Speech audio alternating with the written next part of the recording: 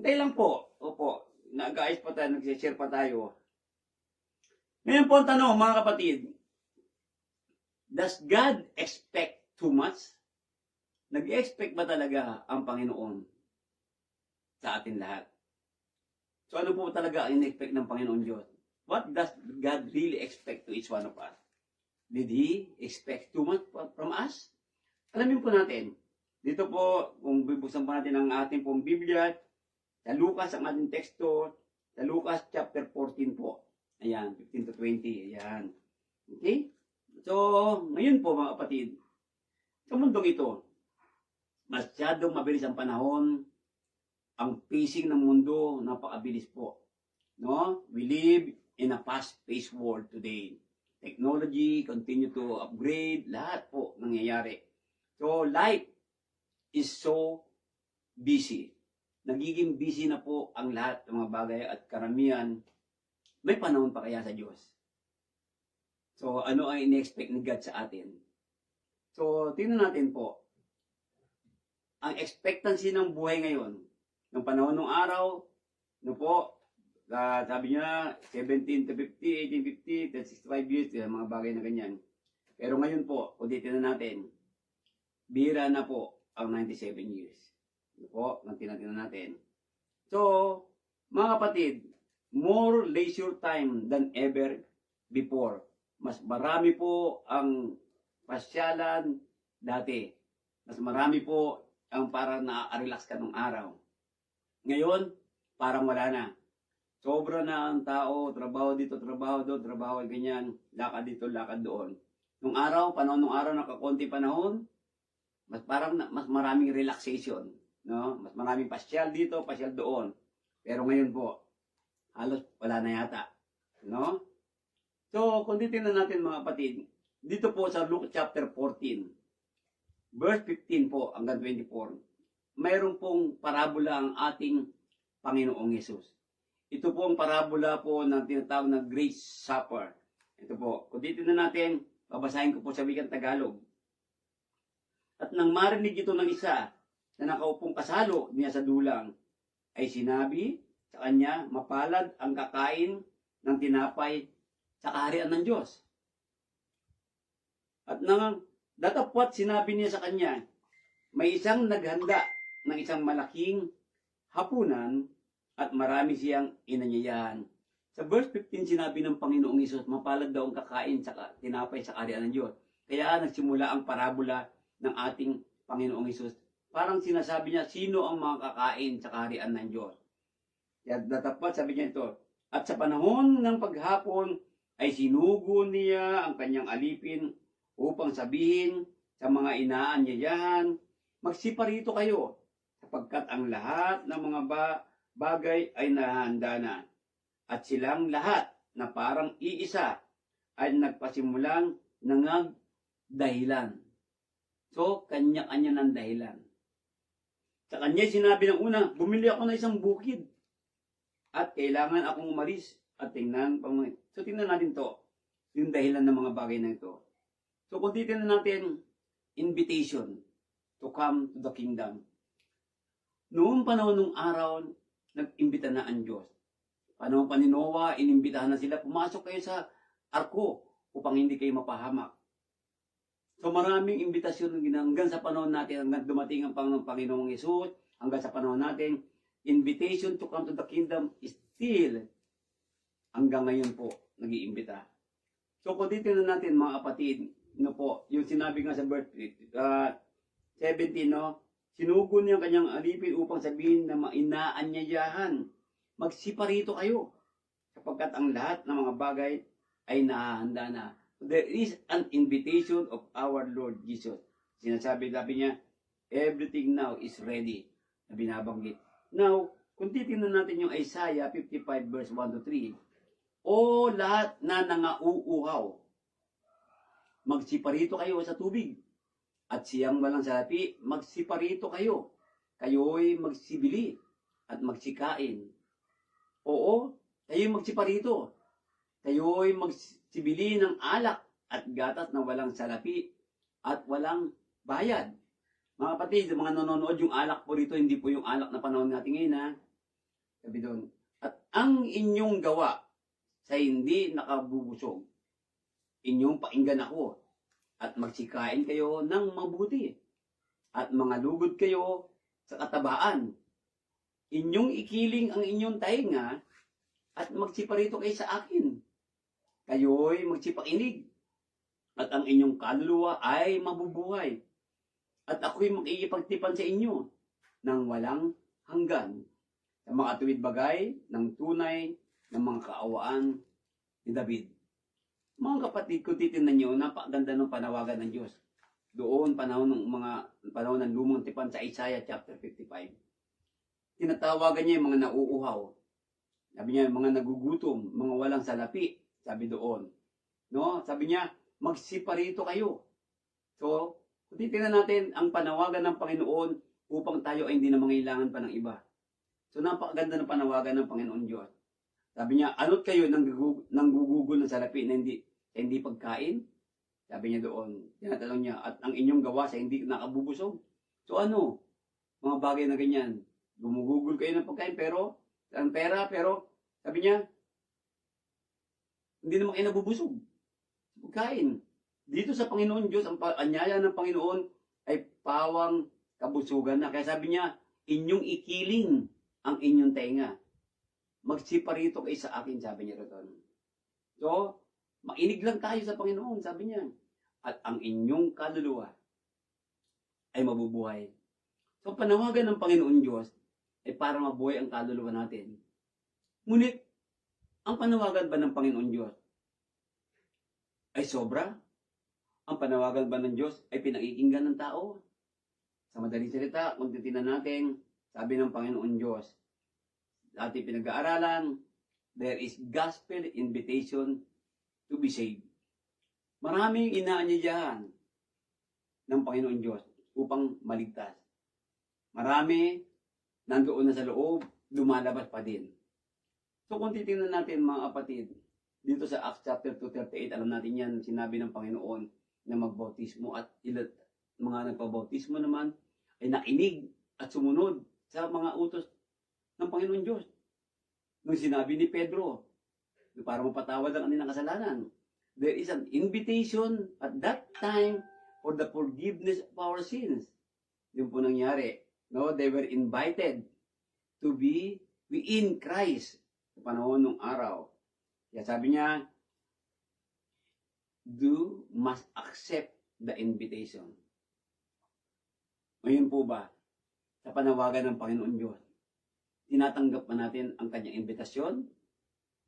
Marami tuwing linggo iniimbitahan. Pero maraming tumatanggap, maraming hindi rin tumatanggap. So kung titignan natin mga kapatid, ang imbitasyon ng Panginoon kailanman ay hindi natigil. Bakit po? Marami kasi naging komportable na sa mga excuses. Yung mga excuse natin, katulad ng sinabi dito po, babasahin ko sa verse 18. At silang lahat na parang iisa. Sabi doon, nagpangapagsimulang nangagdahilan.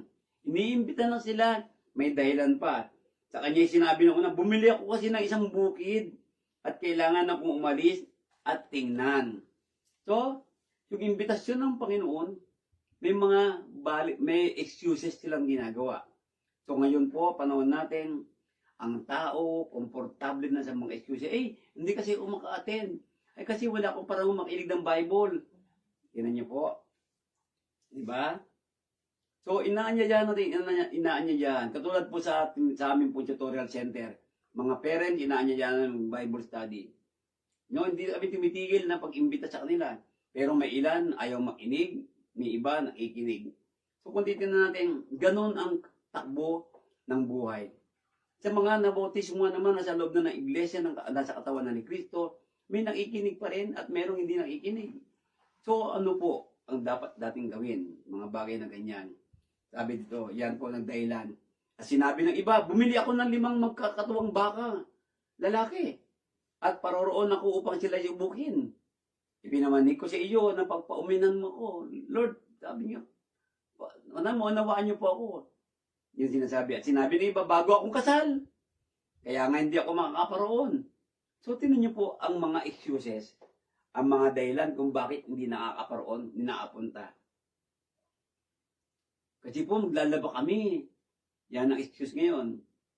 Kasi po marami kaming project eh. Kasi po may practice kami. Kasi po ganito po, birthday po. Ayan, ang mga excuses po na nangyayari. Birthday ni nanay, birthday ni tatay, birthday ni lola, birthday ni lola. So, mga excuses ng tao. Kung titignan natin. Yeah?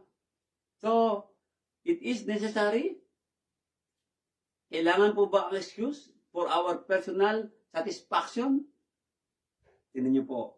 Kuminsan kasi nangyayari po, no? Para masatisfy lang ating mga sarili instead na masatisfy sana natin ang Panginoon Diyos. Yun po ang nangyayari. No? Valid consideration, given immediate preference. Nangyayari po yan, no? Ito yung binanggit sa verse 19. Diba? No? Bumili kasi ako ng bagay. Kailangan pasubukan yung mga ganung bagay. So kung titignan natin, people today, or Christian today, are trying to consider yung kanilang mga excuses ay okay. Yan. Nangyayari. Nagiging makasarili na po tayo. Arrogant selfishness. In verse 20, sabi niya, at sinabi ng iba, bago akong kasal. Yan. Kaya nga hindi ako makakaparoon. Tignan niyo po, mas inuuna ang sarili kaysa sa Panginoon Diyos. Does God expect too much sa atin? Yan ang tanong natin kanina bago tayo magsimula. Ano po? So, titignan natin, no, are we expecting too much of people? Nag-expect ba tayo ng sobra sa mga tao? Yan niyo po. Sometimes we expect too much of people. Di ba? And sometimes we expect too much to God. But, does God expect too much sa atin? Yan niyo po. Mga bagay na ganyan.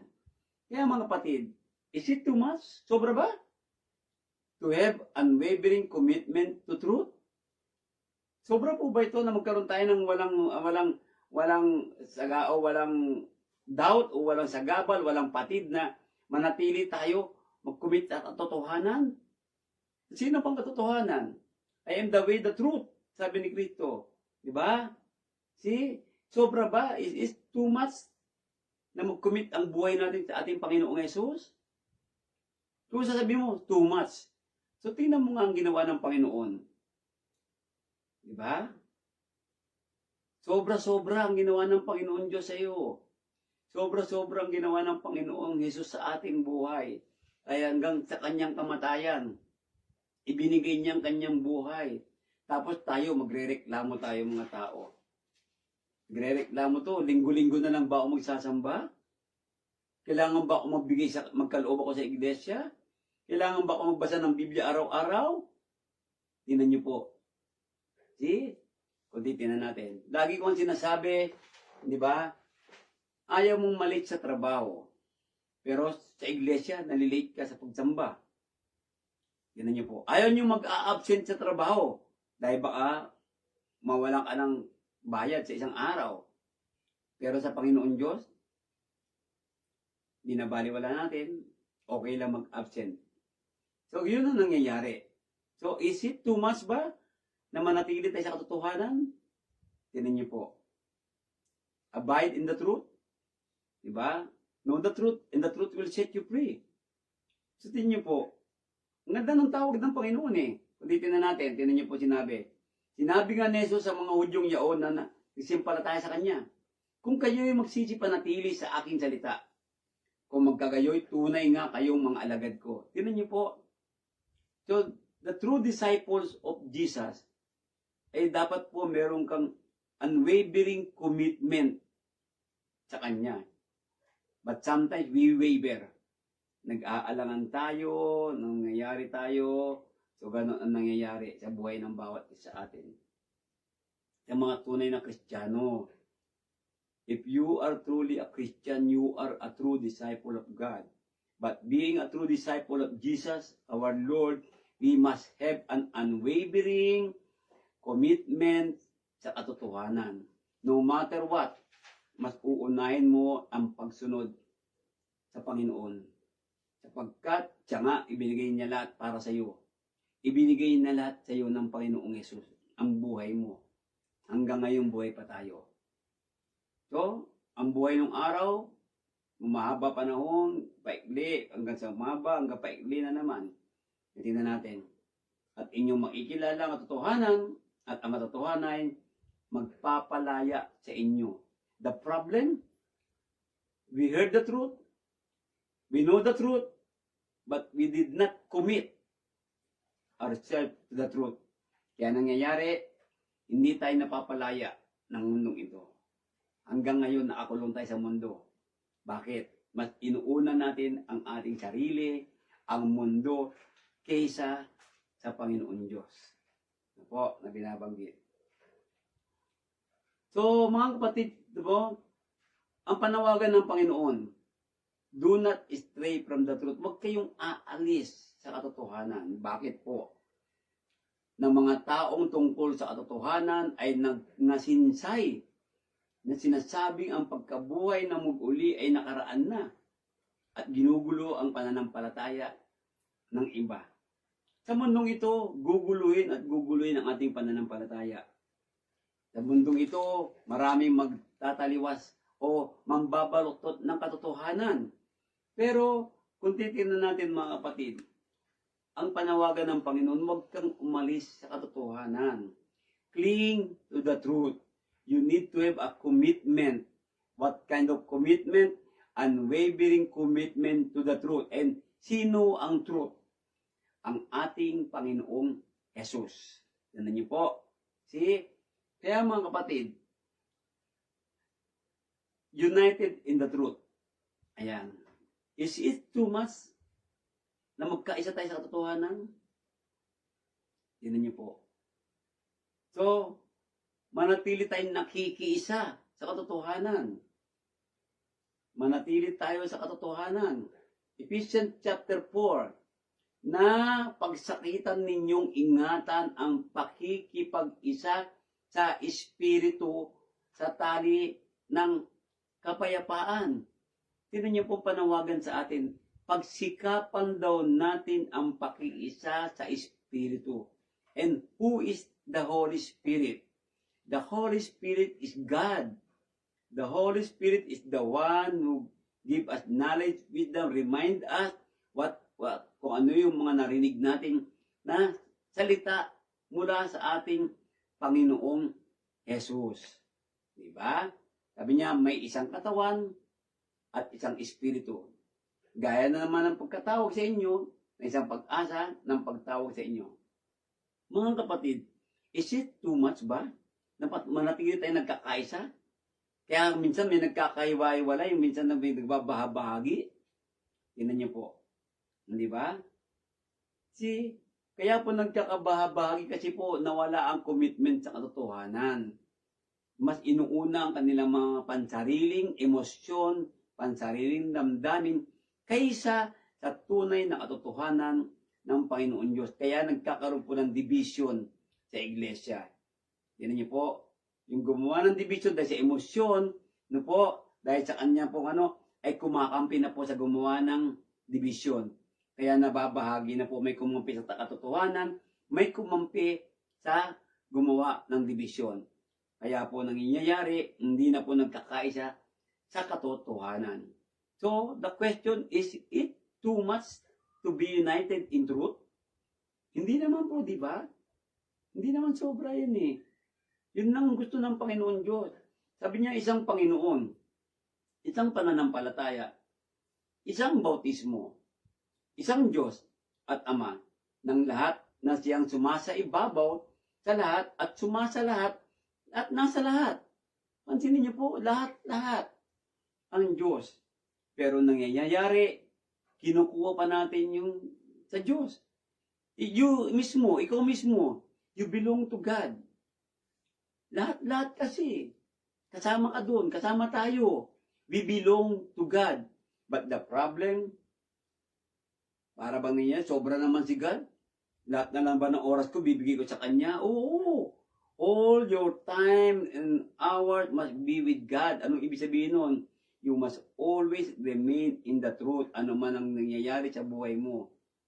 May problema ka, may pagsubok, may trial, may trabaho, busy ka, no po, dapat andong ka pa rin sa Panginoon Diyos. Nananatili sa katotohanan. Ayan, yung binabanggit doon. Implant truth in our heart to follow it. So, kung titignan natin mga kapatid, is it too much to implant the truth in our heart? Sobra ba ito na ilagay mo sa puso mo ang katotohanan? Na ito ay pamuhay mo? Na ito ay sundan mo? Sobra ba? Is it too much? Hindi naman po siguro. Nung pagsunod mo naman sa salita ng Panginoon, tinanggal ba niya ang trabaho mo? Nung pagsunod mo sa salita ng Panginoon, tinatanggal ba niya ang buhay mo? Nung pagsunod mo sa katotohanan, inaalis ka ba niya ng pera? Di ba? Tingnan niyo po mga kapatid. Di ba? Kaya po napakahalaga po na malaman natin. Kaya't hiwalay ninyo ang lahat ng karumihan at ang pag-apaw ng kasamaan. That is the problem. That's why sinasabi natin too much na. Kasi po, hindi natin maihiwalay. Hindi natin maalis ang lahat ng karumihan at pag-apaw ng kasamaan. At sa halip, dapat tanggapin ninyo na may kaamuan ang salitang itinanim. Dapat po ito yung ginagawa natin eh. We must receive the engrafted word of God. Yung itinanim na salita ng Diyos na to be able to save your soul, na magliligtas ng iyong kaluluwa. Tingnan nyo? See? Kapag hindi mo iniwalay ang buhay mo sa karumihan, hindi mo makakamtan ang tunay na kaligtasan. At higit sa lahat, mga kapatid, hindi mo maikukumit ang buhay mo sa katotohanan. Because you continue pa rin po na nananatili ka na hindi mo maihiwalay, hindi mo maalis ang kadumihan sa buhay mo. Kaya po, lumalabas, too much masyado. Yan ang nangyayari-yari. See? Sabi ng Panginoon, itatapon ka niya sa apoy. Is it too much ba ang parusa ng Panginoon? Sobra ba ang parusa ng Panginoon? Tingnan niyo po. Diba? See? Ganyan po nangyayari. So ngayon po mga kapatid, kung titignan natin, to pray regularly. Is it too much to pray regularly? Pray for the sick, pray for the brethren, pray for the church. Ano po? So, hindi na tayo nagdarasal. Marami sa atin nagdarasal lang pagkakain, kuminsan nakakalimot pa. During worship, pag nagdarasal, hindi pinakikinggan mabuti. Ang naglilid ng prayer. Kuminsan naman yung mga naglilid ng prayer, pag nagdarasal, ang hihina ng boses. Ganun po nangyayari. Dapat po, if we continue to commit ourselves in the truth, leaders must always speak properly, malinaw po at malakas na naririnig po ng sambahayan ng Diyos kapag nagdarasal tayo. At kapag yung mga nakikinig naman, makinig po ng todo kung ano yung pinagdarasal. At individually sa mga bahay natin, we need to pray without ceasing. Manalangin tayo po ng walang patid. Sanabi nga po yan sa Timothy. Diba? Una-una nga sa lahat mga bagay ay iniaral ko na manaing, manalangin, mamagitan, at magpasalamat na patungkol sa lahat ng mga tao. Yan niyo po. Is it too much to pray for your brothers and sisters? Pag-pray mo ang kapatid. Pag-pray mo ang mga nanggagawa ng iglesia. Ipag-pray mo ang mga kaibigan mo na sumunod sa banal na kasulatan. Pag-pray mo ang bawat isa. Kaya ang mga hari at ang lahat na nasa mataas na kalagayan upang tayo mga buhay. So, pag-pray natin ang mga namumuno sa bansa natin. Yung mga namumuno ng tama. Pag-pray natin. Pag-pray din natin na yung mga namumuno ng kamalian ay matuwid. Ano po? Maging matuwid sila. Ayan. So, is it too much? Ano po? To pray regularly? Huwag niyo pong aalisin ng panalangin. Sapagkat sabi nga 1 Thessalonians 5:17, pray without ceasing. Manalangin kayo ng walang patid. Pray in every situation about everything. Now, the Lord will hear your prayers. Paano maririnig ng Panginoon ang panalangin natin kung hindi mo iniiwalay ang karumihan sa buhay mo? Hindi po, kapag hindi mo inihiwalay ang karumihan sa buhay mo, hindi ka maririnig ng Panginoon. Kapag ang buhay mo hindi mo kinukumit sa katotohanan ang buhay mo, hindi ka rin maririnig ng Panginoon. Ang ibig sabihin, hindi niya ka ipagkakalob sa iyo ang iyong inihiling, kahit na naririnig niya yan. Nakatalikod po siya, yan ang sinabi ng Biblia. Tumatalikod ang Panginoon. Sabi niya, see? So yan po, di ba? Pero sabi ng Panginoon Diyos, manalangin pa rin po tayo. Sa panalangin natin, dapat patuloy tayo nagsisikap na mag-commit ang buhay sa katotohanan, sumunod sa katotohanan, ilagay sa puso ang katotohanan upang sa pagpanalangin mo, whatever you ask, sabi ni Kristo, in my name, it shall be given unto you. No? Kaya po, hindi ka nananalangin at patuloy kang gumagawa ng masama, yan po mangyayari. No po? Tandaan niyo po, it's not too much to pray regularly. It is not too much to pray for everyone. No? Na binabanggit. Huwag kayong mga balisa sa anumang bagay, kundi sa lahat ng mga bagay sa pamamagitan ng panalangin at daing na may pagpapasalamat ay ipakilala ninyo ang inyong mga kahilingan sa Diyos. Yan niyo po. Di ba? Ang sinasabi sa atin ng Panginoon, ihain mo yung mga gusto mo. Yung mga kahilingan mo sa Kanya, ilagay mo sa harapan. I-offer mo, Lord, ito kailangan ko. Pero, the question, tatanggapin ba ng Diyos?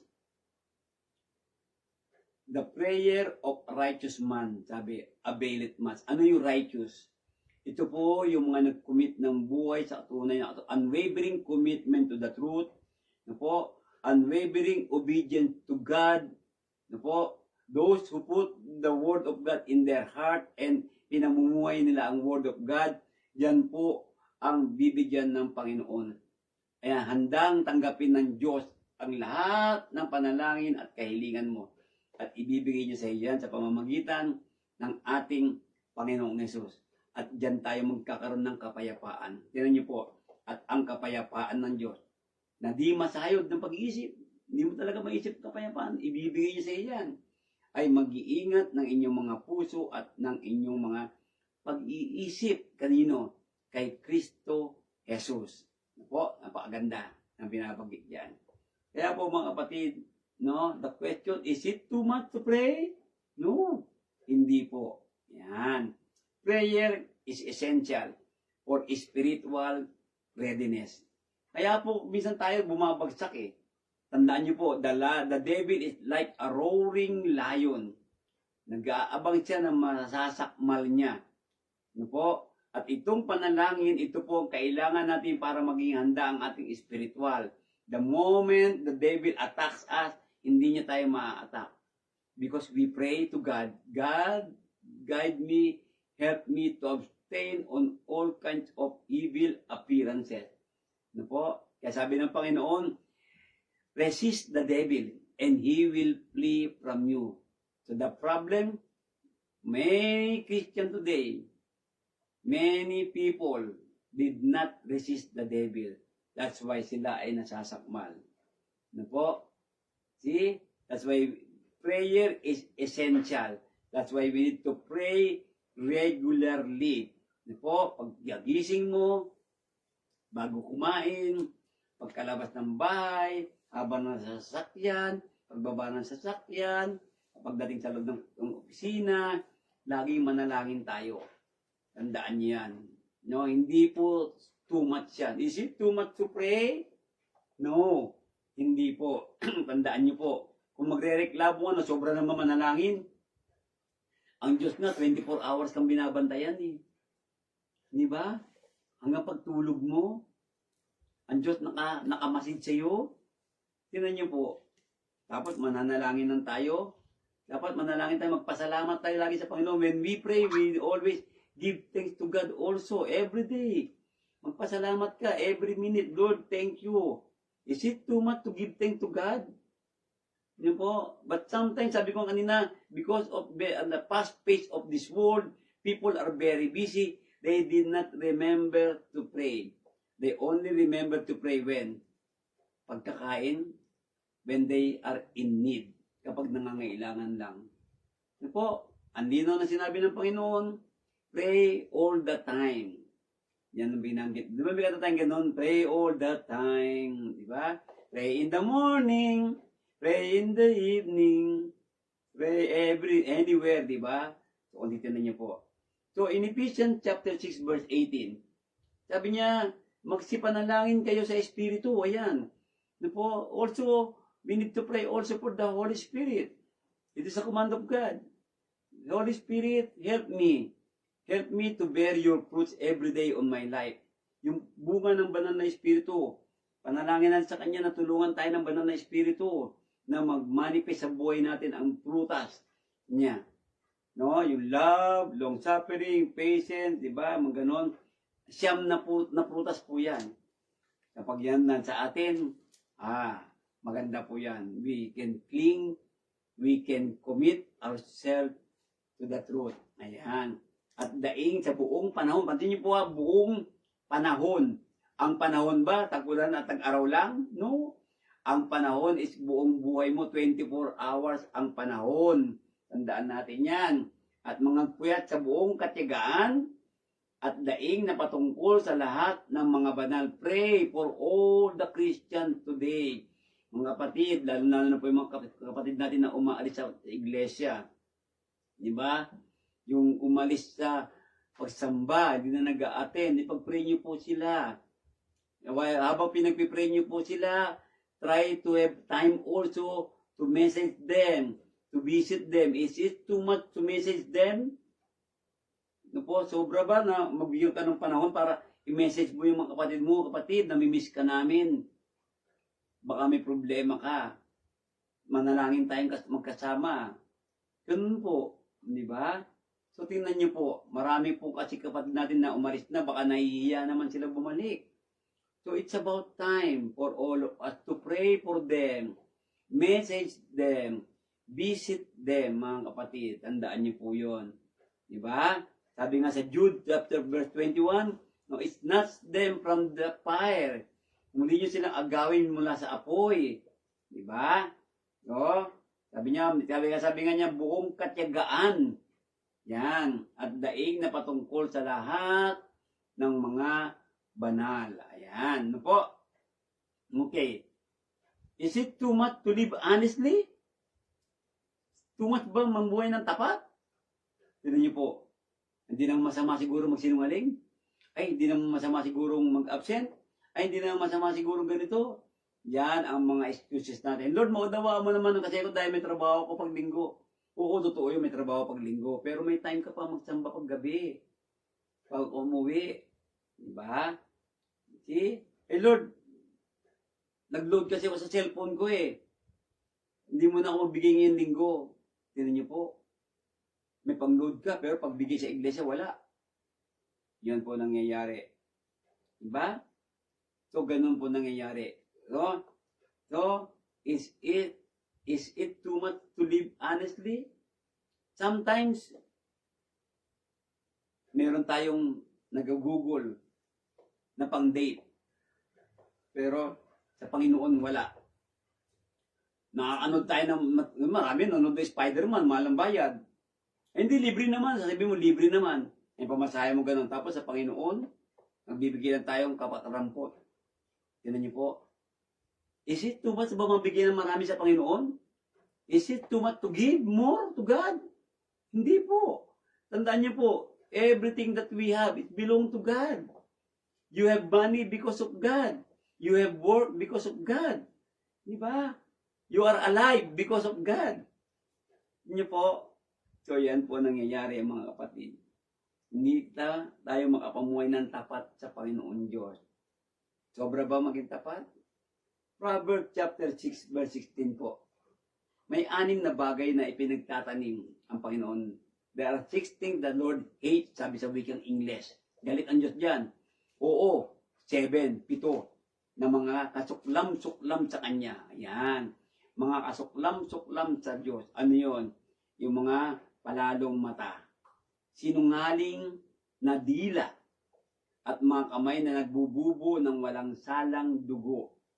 Marami pa dyan. Sumunod dyan hanggang verse 18.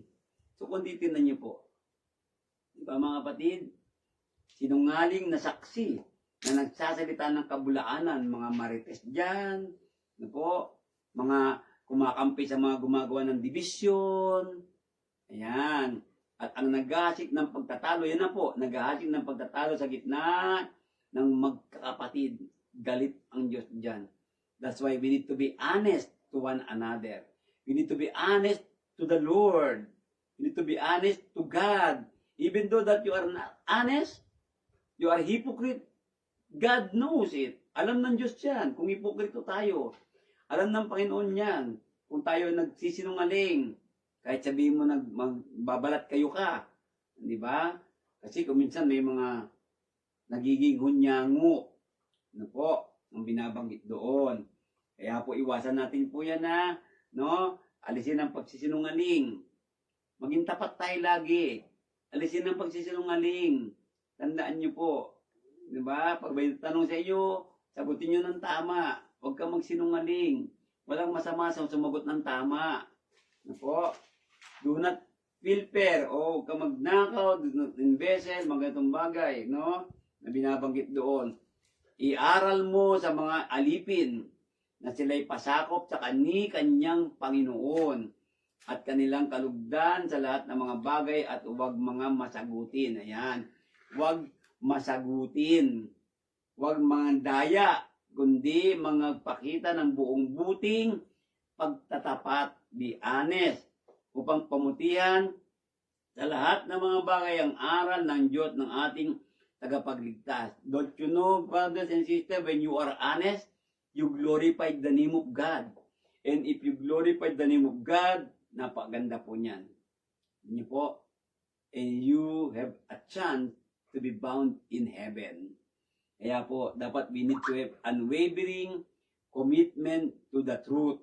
Ayan po yung sinasabi. Now, is it too much to live honestly? That's the question. No po? Ulitin na natin. No? All good fidelity. Ayan.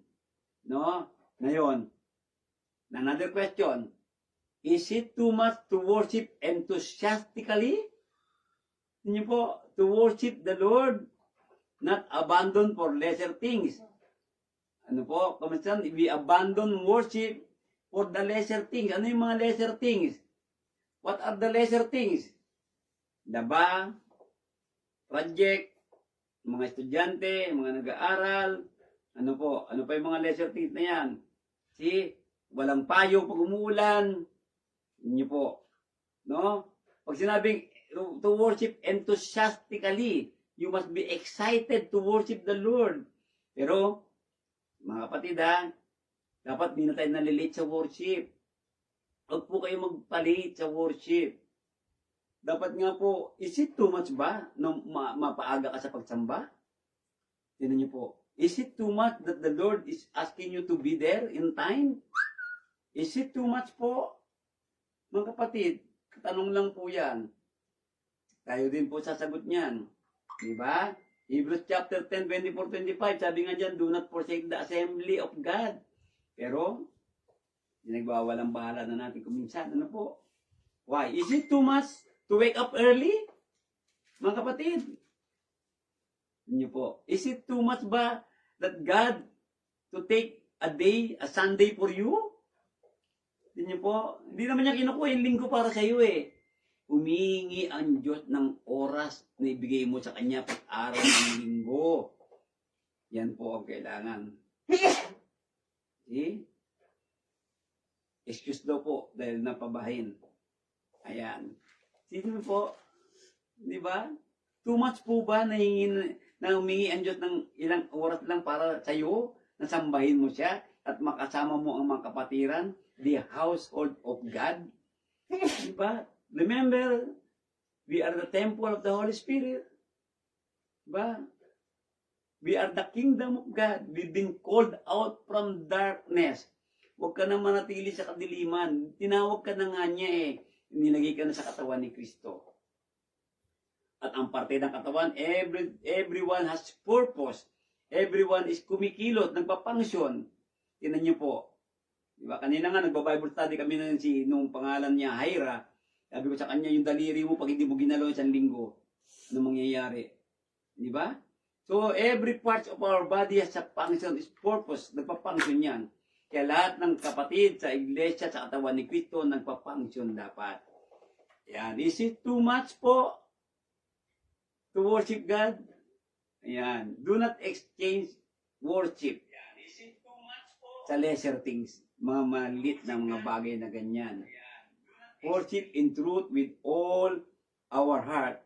Is it too much po kapag nasa loob tayo ng bahay sambahan na makinig tayo mabuti? Too much po ba yun na makikinig ka ng ilang minuto, 30 minutes, 35 minutes sa sermon? Kakanta tayo? Ilang kanta lang tayo yung nangyayari sa atin? Opening, 2. After opening, 1, 3. Diba? Tapos after sermon, Lord Supper, 1. Closing prayer, 5 lang. Ang kanta, kuminsan 6. Is it too much po? Pero when we are inside the worship, do we worship God in truth and spirit? With our heart? With our whole heart? Others po nagkikwentuhan, others po nagsiselfone, kahit sinabi na patayin ang mga cellphone. Pero yung iba po, nagsiselfone pa din. Binabaliwala po ang word of God. Tandaan nyo po, alam po ng Diyos lahat yan. Nakikita po lahat kayo ng Diyos. Diba? Lagi ko sinasabi sa mga kabataan, patayin nyo yung cellphone nyo, o tabi nyo yung cellphone nyo, silent mo nyo, ibulsa ninyo, huwag nyo maiangat sa bulsa ninyo, dahil matitempo kayo, tutuksoin kayo lagi ng demonyo, buksan mo yung cellphone mo, may Facebook, may TikTok, ganyan ang nangyayari. Diba? Kaya dapat, is it too much to worship God in truth with all your heart? Is it too much po? Hindi naman, ano po. Napakasandali nga lang po nun eh. Ba't hindi tayo makatagal? Tignan nyo? See? So, heart that is reverent and glad. Dapat po. Di ba? Sa Psalm 122 verse 1, basahin natin. Oh. Psalm 122 verse 1. Yan sinabi po. Ayan po. See? Ako'y natutuwa ng kanilang sabihin sa akin. Tayo'y magsiparoon sa bahay ng Panginoon. Sino ang natutuwa? Hindi kayo. Magsamba tayo. Sino ang natutuwa? Ang Panginoon ang natutuwa. Kaya nga po katanong natin sobra po ba? Nakukuha na ba lahat ang oras mo? Nakuha ba ang buong buhay mo sa pagsamba sa Panginoon? See? Is it too much po mga kapatid? E sana po, pag narinig nyo ang lesson na ito ngayon, hindi na po kayo magpapaliban, hindi na po kayo magpapalit, ano po, maganda na kayo na ibibigay natin sa Panginoon. Diba? Sabi ko kanina, is it too much to give more to the Lord? Pero bakit po hindi tayo magpabigay na mas marami sa Panginoon Diyos? Hindi naman kinuha ni God yung pambayad mo na Meralco. Hindi naman kinuha ni God pambayad mo ng tubig. Hindi naman kinuha ni God ang panjalibi mo. Di ba? Nasabi natin, wala tayong pera. Samantalang kanina, sabi ng Panginoon, di ba kanina, lumapit kayo sa akin at bibigyan ko yan ng salapi. See? Anong pangako ng Panginoon? Seek you first the kingdom of God and all these things shall be added unto you. Bibigyan niya. Kaya maging honest ka lang talaga eh. Di ba? Sabi niya, to be honest and commit yourself to the truth with unwavering. Yan, hindi po kaya po, sasabihin natin, walang pera. Wala pong tao sa mundong ito na hindi nagkakaroon ng pera. Basta ikaw ay masipag. Basta ikaw ay nagtatrabaho. Mga estudyante, may baon kayo. Diba? Is it too much to sacrifice one day? Yung baon mo, bigyan mo kay God? See? Tinan niyo po yan. Ganun po yun. Mga nagtatrabaho din po. Is it too much po ba? Diba?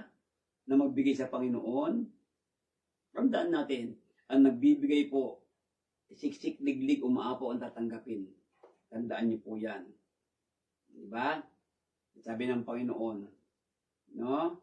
Lalo kanya pagpapalain. Sabi niya, heart that is reverent and glad. Dapat po, may paggalang tayo at masaya tayo, natutuwa tayo sa Panginoon Diyos. Natutuwa tayo, magsasamba ako. Natutuwa ako, hindi yung napipilitan lang tayo. Hindi po, mga kapatid, kung napipilitan ka lang magsamba, baguhin mo na yan. Hindi po pwede yan sa Panginoon. Diba? Dapat po maluwag ang puso ng pagsamba. Ganon din po ang pag-awit, ang pakikinig ng Word of God, ang pagbibigay sa iglesia. Ganyan po dapat yan. Hindi tayo pinipilit ng God. No? Hindi ka naman pinipilit ng Diyos eh. But kinuutusan tayo ng Diyos. That is the command of God. No? Yung po mga bagay na ganito, yung mga bagay na, kaya tatanong natin, is it too much to worship God? No? Is it too much to worship in truth with our heart? Is it too much to revere and be glad to God? Sa puso natin, matuwa tayo. Diba? No, let us conduct that respect God and worship Him in truth.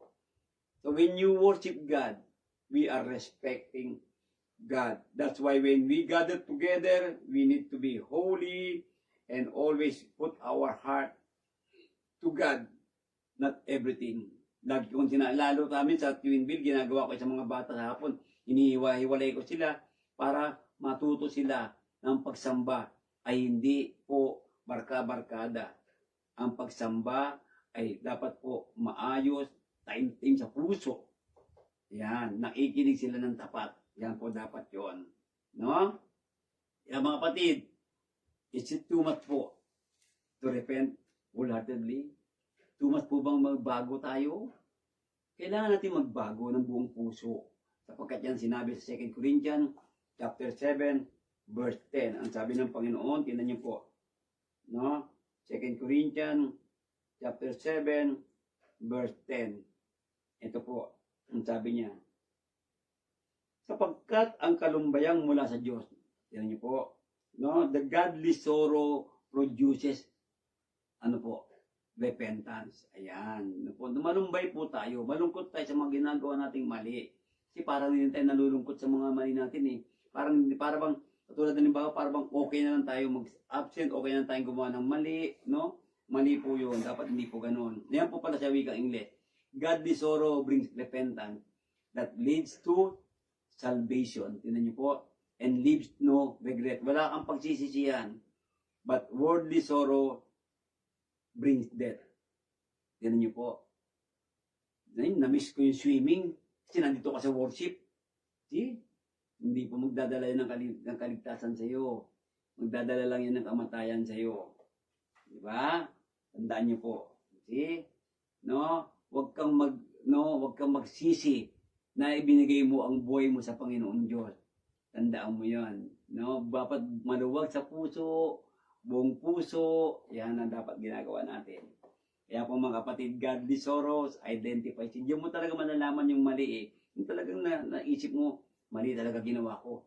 Then you will be able to identify the sin that you have done.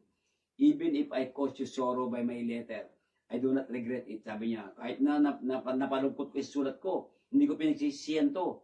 Sabi ni Pablo, though I did regret it. Pero pinagsisiyan ko na I see that my letter hurt you. Ayan, nasaktan kayo sa sulat ko, but only for a little while. Sandali lang naman yan masaktan tayo eh. Di ba, nakikinig sermon, masaktan ka, okay lang naman masaktan tayo. Pero sandali lang yan. Kaya sabi ni Pablo, yet now I am happy. Not because you were made sorry, but because your sorrow led to repentance. Kaya po, di ba sa Bible, sa sermon tayo, pag nasaktan ka, no, ma-realize mo mali mo eh. And then, dapat ito yung magbubunga ng pagsisisi mo, magbabagong buhay. Di ba? Nakakatuwa yun eh. Pero kung hindi mo tinanggap yun, nasaktan ka, umalis ka na, hindi pa pwede yan. Ikaw din po mapapahamak. Tandaan niyo po. Is it too much ba na masaktan tayo sa Word of God? Hindi po. Kailangan natin yun. We all need to be hurt by the Word of God in order for each one of us to realize our mistake and our sins and our unrighteousness. Tandaan niyo po yan. No? We need to bear good fruit. Is it too much to bear good fruit? No? See what this godly sorrow has produced in you. Tingnan mo, makikita mo kung ano yung lumukas sa'yo eh. nung nagsisisi ka talaga ng taos puso. What earnestness, what eagerness to please yourself, what indignation, what alarm, what longing, what concern, what readiness to see justice done. At every point you have proved yourself to be innocent in this matter.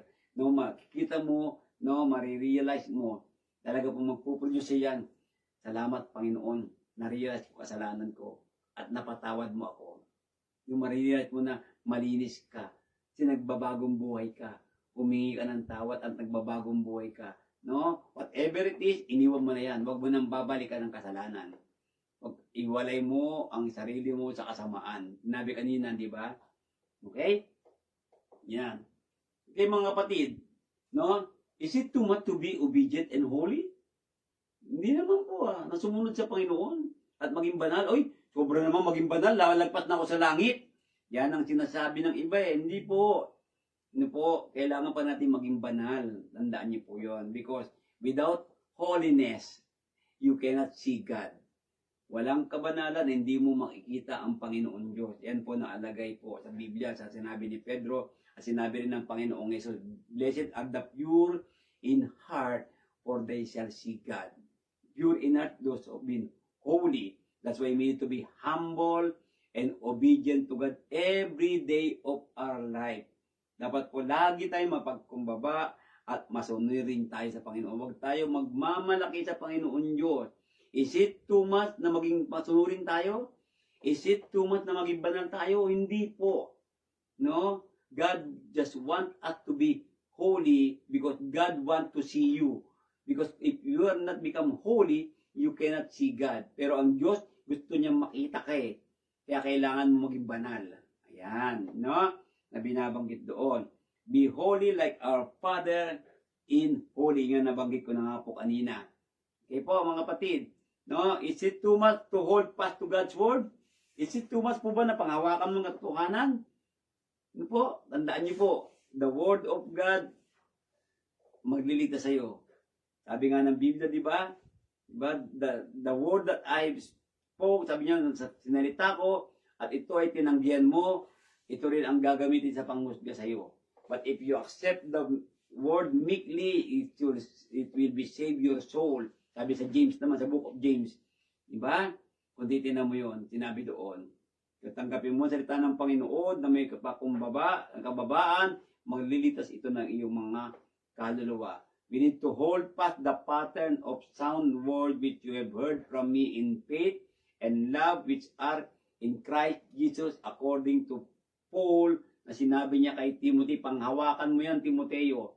And the Lord God told us ngayon, mga kapatid, panghawakan natin ang katotohanan hanggang tayo'y mamatay sa mundong ito.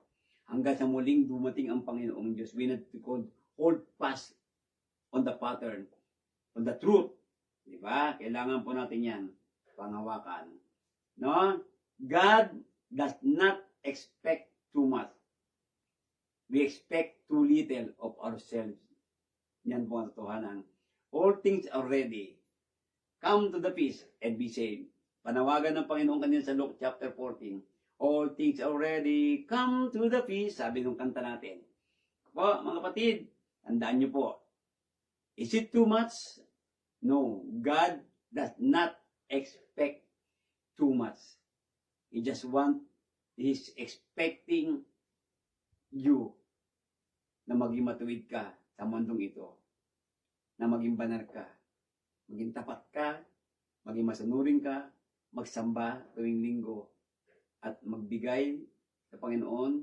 Gamitin ang buhay at kayamanan mo sa paglilingkod sa Panginoon Diyos. Yan po ang ating pong mga aral sa gawahapong ito po. Tandaan po ninyo yan, mga kapatid. Ano po? Now, tinatanong ko nga, is it too much po ba na mag-Bible study? Is it too much to listen to the Word of God? So, marami pong walang time sa paikinig. Kaya sabi ko nga sa mga kapatid, sino pong mga nanood? Sino pong mga nakinig? Maraming busy na sa mundo. Kanina sa introduction natin, di ba? We are in the world with the fasting. Mabilis ang takbo ng mundo. Busy lahat. Wala nang time makinig. Is it too much ba? na makinig. May oras pa. You can review it. You can replay it. Sa mga hindi nakanood. No? Sabihan ninyo. I-post ninyo ito sa mga timeline ninyo. Is it too much to post it on your timeline? Too much po ba na ilagay mo sa timeline mo yung mga Bible verse natin, itong lesson natin, na i-share mo ito? Too much po ba yan? Di ba? Ang dami niyo pinopost sa mga timeline ng Facebook ninyo. Tandaan nyo, you can use Facebook to glorify God. But if not, the Facebook will use you. Gagamitin ka ng Facebook. Mali po yun. We need to use the Facebook. Not the Facebook to use us. No po? Post ninyo sa mga timeline nyo, sa mga nakikinig po ngayon, nanonood ngayon. No? I'm expecting na makita sana sa mga timeline nyo itong lesson natin. Hindi po? And God also is expecting to you na i-post mo yung Bible study. Kapag sharing the Word of God is one of our commitment, responsibility to be an obedient children of God. Tandaan niyo po yan. Diba mga kapatid, I hope and I pray na marami tayong natutunan sa question natin. Is it too much? Yan. Po. Kaya po, salamat po sa mga nainig, sa mga nandiyan po kasama natin ngayon. Nanonood, please do share. Please post this on your timeline. Yan niyo po, maganda po yan. Lagyan mo ng caption. Is it too much to listen to this word of God? Yan, ganda niyan po. Ano po? Tagalogin niyo po, pwede rin po yan. Okay po. Salamat po sa inyo lahat mga kapatid, ng mga nakinig at nanood na ito. Samahan niyo po kung manalangin. Pag-pray po natin si anak po ni Julia. Ang pangalan po anak ni Julia na may sakit po ngayon. Okay? Tignan natin. Oo. Pag-pray natin. Si Joan noon, anak ni Joan noon, pag-pray din natin. Okay? So, at na yung pangalan ng anak ni Tina, apo ni Sister Tina. Animutan ko na. Si Juancho Leon. Ayan. Si Juancho Leon. Okay? Samahan niyo po manalangin. Magpasalamat tayo.